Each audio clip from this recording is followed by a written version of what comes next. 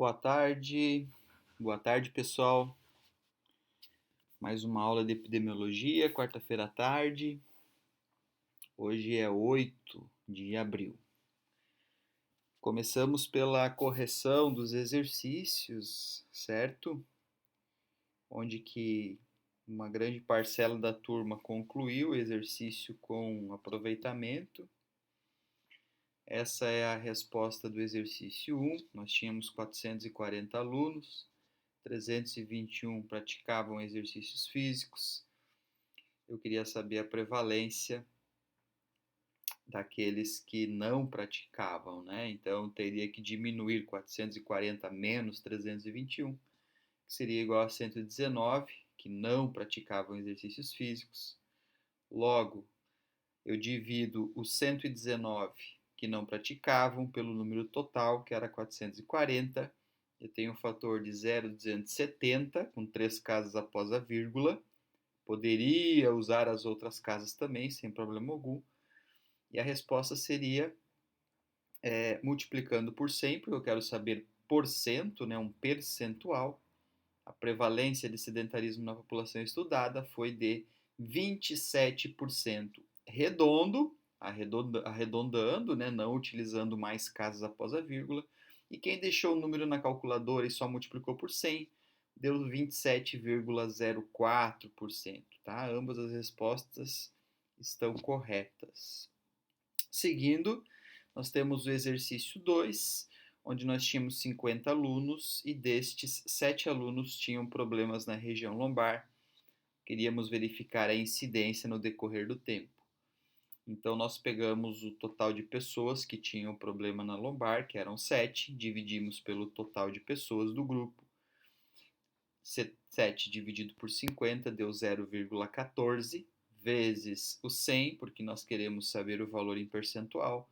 Nós temos uma incidência de dor na região lombar, na população estudada, de 14%. Tá? A grande maioria acabou acertando, até porque tinha como observar e olhar o que os colegas tinham feito, né? Daí acabou ficando mais fácil. O terceiro exercício, para um certo receio ou questionamento, até para mim mesmo, muitas pessoas não resolveram, muitas pessoas não chegaram a esse slide, penso eu, porque assistiram parcialmente a videoaula. Né? Então, informando para vocês aí que eu tenho acesso e eu consigo ver quem assistiu o vídeo completo e quem só assistiu partes do vídeo, ou apenas o começo, ou apenas 5 minutos, ou apenas 10 minutos. Tá? Isso é bem fácil. Quem acessou pelo EVA, eu consigo observar. Tá? É muito importante que vocês acessem pelo EVA, porque daí eu tenho esse levantamento de quem está conseguindo assistir. Tá? A opção do YouTube é uma segunda opção. Tá? Quem não fez, não tem problema. Depois dessa correção aqui, vai lá até o final do vídeo, assiste, aprende como fazer, até porque a nossa próxima atividade que eu vou enviar hoje já é uma avaliação, já é uma atividade avaliativa que tem peso na nota da próxima avaliação. Né? Então, essa atividade de hoje tem peso 5. Tá? E eu vou enviar através da ferramenta avaliação aqui no EVA. Então ficou mais ou menos assim, nós tínhamos uma tabela 2x2, onde o A era 22, o B era 7, o C era 46 e o D era 33. Na fórmula prevista para calcular a razão de prevalência, depois de colocar os números na fórmula ou jogar os números no OpenEP, né, tanto faz, mas a princípio era interessante fazer aqui. Eu vou lançar o vídeo ainda do OpenEP hoje, para vocês aprenderem como faz. Tá? Hoje não, desculpa, eu vou mandar depois da avaliação o vídeo do OpenEP. Ok?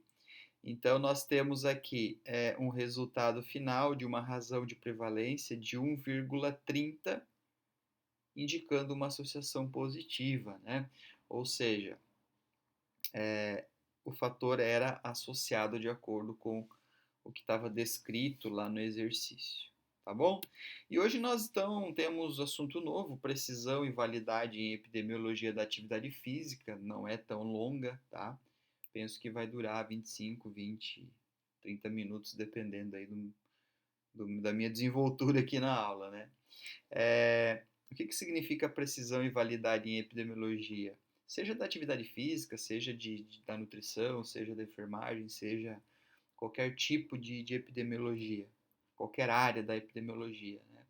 É, o quanto é preciso e o quanto é válido todos os dados que você observou, né? Em pesquisa sobre epidemiologia da atividade física, tanto observacionais quanto experimentais, é de fundamental importância a observação dos aspectos relativos à validade e à precisão do estudo. Sempre é importante você saber o quanto está valendo os dados que você pesquisou. Tá? Se são precisos mesmo ou se devem apenas ao acaso. As informações utilizadas em epidemiologia sobre exposição e o evento-resposta, que pode ser a doença, são derivadas de procedimentos diversos, né? Ou seja, quando você vai fazer uma pesquisa, ou você vai utilizar um questionário, ou o questionário quando você entrega o formulário e a pessoa responde e te entrega depois. Ou você vai fazer uma entrevista, quando você faz as perguntas para a pessoa e ela vai te respondendo automaticamente, você vai preenchendo as respostas na prancheta ou no papel. Exames físicos, testes físicos, principalmente na área de educação física, tem muito teste físico, né? Exames de laboratório, né? Que são utilizados aí muito mais em outras áreas, tá? Esses procedimentos, eles devem ser testados quando a validade e a confiabilidade, quanto à validade e confiabilidade para que o estudo seja reconhecido pela comunidade científica. Então, eu posso testar o meu instrumento de pesquisa, eu posso fazer algum tipo de cálculo para observar se ele é válido, se ele é preciso, se ele tem confiabilidade. O que significa confiabilidade? Ela está relacionada ao fato de se obter resultados parecidos quando a medida da informação é repetida em diferentes ocasiões ou por diferentes investigadores. Por exemplo, eu vou verificar a altura de uma pessoa. A medida é confiável, eu tenho confiabilidade na minha medida. Quando eu faço a medida da altura hoje, deu 1,78 m. E daqui a uma semana eu vou fazer essa mesma medida, também eu consigo medir 1,78 m. Ou seja, a forma com que eu estou medindo, ela está dentro dos padrões de qualidade, né? Porque eu tenho sempre uma medida igual ou muito próxima. Mesmo que sejam pessoas diferentes medindo a altura, essa altura deve dar a mesma, deve ter da mesma pessoa, obviamente, deve ser a mesma em diferentes momentos, mesmo que por pessoas diferentes fazendo a medida, tá? Isso é confiabilidade. Assim vale para qualquer outra valência. A validade está relacionada ao fato de os resultados obtidos nas medidas da informação refletir exatamente aquilo que o investigador se propôs a mensurar. Então, utilizar o instrumento adequado para o seu objetivo do estudo, né? Então, se eu tenho interesse em verificar a prevalência de asma em adolescentes, provavelmente eu tenho que utilizar o teste padrão ouro, né, o melhor teste que existe, para a identificação de pacientes com asma, né? Normalmente é o espirômetro, né, a espirometria, né? No ambiente escolar tem outra ferramenta para verificar asma, né, ou a prevalência de asma, que é o questionário Isaac. É um questionário que ele, com mais de 80% de proximidade, mais de 80% de certeza, ele substitui a espirometria, né? Porque é um instrumento também já validado. Essa é a ideia, né? Você utilizar o instrumento adequado para atingir o objetivo do teu estudo. A precisão pode ser melhorada por dois caminhos. Ou você aumenta o tamanho do estudo, modificando o desenho amostral para aumentar a eficiência com qual são obtidas as informações dos sujeitos participantes do estudo, né? Esse aumento do tamanho do estudo refere-se à amostra, ou seja, a precisão pode ser melhorada pelo aumento do número de sujeitos participantes da amostra. Quando eu tenho um maior número de sujeitos participando em estudos de prevalência ou estudos de incidência, eu tenho maiores chances de obter as associações possíveis dentro de um contexto exposição, desfecho ou dentro de um contexto causa e efeito, né? Causa e efeito. Existem diversas fórmulas utilizadas para se calcular o tamanho ideal da amostra, né? O investigador ele deve considerar o custo-benefício do procedimento. Não adianta você também ter interesse em ter uma amostra muito grande se você não sabe se você não tem certeza que vai ter dinheiro suficiente para fazer as coletas e tempo suficiente para fazer as coletas, né? O que está acontecendo esse semestre? Os alunos do TCC que têm uma amostra muito grande, principalmente no ambiente escolar e também em academias, estão com um sério problema, tendo em vista que não tem como fazer a coleta, né? Porque está tudo fechado, né? Não pode ter aglomeração, então o pessoal está sofrendo um pouquinho aí, vai ter que partir aí para o sistema online para fazer coleta. Amostras muito grandes aumentam a precisão, contudo, o alto custo financeiro pode inviabilizar a pesquisa. Sempre pensem assim: se você criar um monstro na hora de formatar o projeto de pesquisa, você terá que cuidar desse monstro. Então, o teu estudo dentro da graduação, visto que é um estudo provavelmente de iniciação científica, deve ser viável. Ou seja, eu consigo fazer este estudo, não é nada mirabolante, não é nada que me traga muito custo, tendo em vista que hoje em dia não é, hoje em dia não, sempre foi, né? Não é simples fazer pesquisa com grandes populações, tendo em vista o custo financeiro que pode acabar proporcionando. Precisão ainda e validade em epidemiologia, né? A validade pode se dividir em validade interna, diz respeito às inferências sobre a população-alvo, usando informações da população do estudo, enquanto a validade externa refere-se à inferência para uma população externa, para além da população de interesse do estudo. Ou seja, tem validade interna quando o resultado que você alcançou vale somente para as pessoas que você investigou, né? Então, se são idosos de Tubarão que você investigou, pode-se dizer que tem validade interna para as pessoas que moram em Tubarão.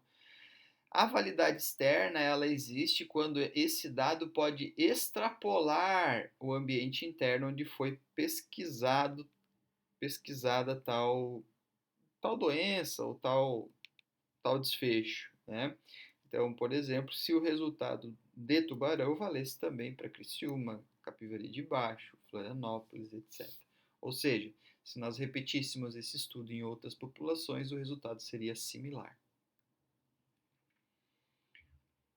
Com relação à validade interna, existem os vieses, né? O que são vieses? São erros que podem ser observados, né? Em um estudo, são erros comuns. Viés de seleção, viés de informação e viés de confundimento. O viés de seleção é a distorção que resulta de procedimentos usados para a seleção do sujeito e de fatores que influenciam na participação do estudo. Então, quando você, na hora de selecionar os sujeitos, você acaba esquecendo de alguns detalhes que são específicos do teu estudo e acaba selecionando as pessoas erradas para os teus procedimentos. Tem muito a ver ali com os critérios de inclusão e exclusão no estudo. Por isso que tem que ter muita atenção. Qual é a sua amostra, qual é a sua população, com quem que você tem interesse em fazer o seu estudo. Isso deve estar muito bem delimitado, faixa etária, tipo de pessoa, sexo, etc. O viés de autosseleção, quando os indivíduos se apresentam como participantes do estudo. Isso é bem comum, né? Então, por exemplo, o indivíduo descobre que está sendo realizado um estudo sobre prevalência de asma. ele já sabe que tem asma e ele se apresenta lá no hospital como se não tivesse nada para fazer o teste. Ou seja, ele busca ali um exame gratuito, né? E como ele já sabe que tem, ele vai ser um positivo, né? Que quem sabe não apareceria se fosse por sorteio, entenderam? Muitos estudos se abre a perspectiva de qualquer pessoa se apresentar para participar, onde pode acontecer o viés de autoseleção. O viés de diagnóstico, quando a relação entre a exposição e desfecho é analisada em indivíduos que procuram serviço médico com diagnóstico positivo. Então, muito parecido também, né? Então, você procura o diagnóstico médico já sabendo que existe o diagnóstico positivo, né? Viés de informação é o tipo de erro que pode ocorrer na obtenção das informações sobre as variáveis do estudo. Ela pode ocorrer no processo de informação sobre a doença ou a resposta obtidos por meio de questionário, entrevista diagnóstico médico, né? Ou seja, você tem uma resposta errada, você tem uma informação errônea referente àquela variável que você está estudando, porque você interpretou de maneira errada a resposta de um questionário, porque você fez a entrevista e você falou de maneira errada a pergunta para o indivíduo e por aí vai. O viés de confundimento é a distorção na associação entre exposição de interesse e a doença ou resposta por causa do efeito dos fatores externos. Muitas variáveis podem acabar confundindo a resposta, né? Confundindo a tua interpretação. E podem existir outras variáveis que tragam um resultado positivo, não somente aquela variável que você estava estudando. Então tem que ter um grande cuidado quanto às outras variáveis independentes que também fazem parte do teu estudo. Bom, então esses dois conceitos são fundamentais na qualidade e na obtenção de informações em epidemiologia, né? A confiabilidade e a validade. Confiabilidade é a consistência de resultados quando a medição, teste ou exame se repete em condições idênticas. Então, eu tenho confiabilidade, porque é sempre o mesmo resultado, né? Confiabilidade pode ser avaliada pelas consistências dos resultados de medidas pareadas. A consistência teste-reteste, quando você faz o teste e repete ele depois de um tempo. E a consistência interavaliadores e intraavaliadores. A consistência teste-reteste é a concordância entre medidas repetidas sobre uma amostra de sujeitos. A consistência interavaliadores é a concordância entre os valores obtidos por dois ou mais avaliadores sobre uma mesma amostra de sujeitos. Então, é a consistência entre avaliadores diferentes, entre pessoas diferentes que fazem a mesma avaliação. E a consistência intra-avaliador é a concordância entre valores repetidos obtidos por um único avaliador, quando é uma pessoa apenas que faz a avaliação. Então, imagine um questionário que possui 3 avaliadores executando as perguntas, né? Se os 3 avaliam a mesma pessoa, o resultado teria que ser exatamente igual. Daí tem consistência interavaliador, né? Agora, se é um mesmo, a consistência entre avaliador é quando ele repete essa mesma avaliação e o resultado é sempre o mesmo, tá? O nível de concordância nesses testes ou medidas, eles são estimados ou expressos pela reprodutibilidade. Então, o quanto eu posso reproduzir o teste de maneira igual. Para variáveis categoriais, né, 2 ou mais possíveis valores, podemos utilizar o índice kappa. O índice kappa é uma medida estatística que define se tem reprodutibilidade ou não, que informa uma proporção de concordância, né? Varia de -1 até +1. -1 significa desacordo total entre os avaliadores ou entre os dois testes realizados pelo mesmo avaliador. E +1 é o exato acordo entre as leituras. Então, existe essa tabela aqui de estatística, kappa, onde menor que 0 é mau, 0 a 20 é pobre, 0,21 a 0,40 é débil, 0,41 a 0,60 é aceitável, 0,61 a 0,80 já é bom e 0,81 a 1 é excelente. Então, pelo menos 0,61 para cima. É claro que existe o cálculo estatístico para fazer isso, né? O programa estatístico que já calcula a estatística capa, né? Existem os profissionais de estatística que podem fazer esse tipo de cálculo para a gente, desde que você tenha acesso a essas pessoas, né? O cálculo da estatística capa é extremamente grande para fazer manualmente, então por isso que eu não estou passando para vocês, né? Diferente da razão de prevalência, que foi até relativamente fácil. Eu sempre deixo para explicar a atividade no final, justamente para motivar que o pessoal assista o vídeo até o final, né? Então, eu vou postar agora ali uma atividade à distância, vou deixar o recado no mural com esse vídeo. Vou colocar lá que vai ter uma atividade avaliativa com peso 5 para vocês entregarem até na quarta-feira que vem. E na quarta-feira que vem nós temos sim daí a avaliação, onde eu vou lançar na mesma ferramenta, né, a avaliação dentro do EVA, a outra parte valendo mais 5. Daí na semana que vem nós não temos o vídeo aula, nós temos só a atividade avaliativa. Tá certo? Hoje nós tivemos o vídeo, teremos agora a atividade avaliativa, né? E na semana que vem nós temos só a prova, mais nada, ok? Então fica um abraço para vocês aí. Espero que vocês não se importem de nós termos essas aulas enxutas, rápidas, sem muita enrolação, né? Porque na aula presencial eu daria vários exemplos, né? Inclusive pessoais. E por aqui fica complicado porque o EVA aceita vídeos de no máximo 30 minutos. E eu penso que vocês, nesse momento, precisam de algo compactado, que atinja os objetivos e seja direto, né? Sem muita enrolação, tá certo? Abração aí e até. Fico aguardando as atividades. Hoje eu também vou atualizar as presenças de vocês, né? Para aqueles que estão participando. Abraço.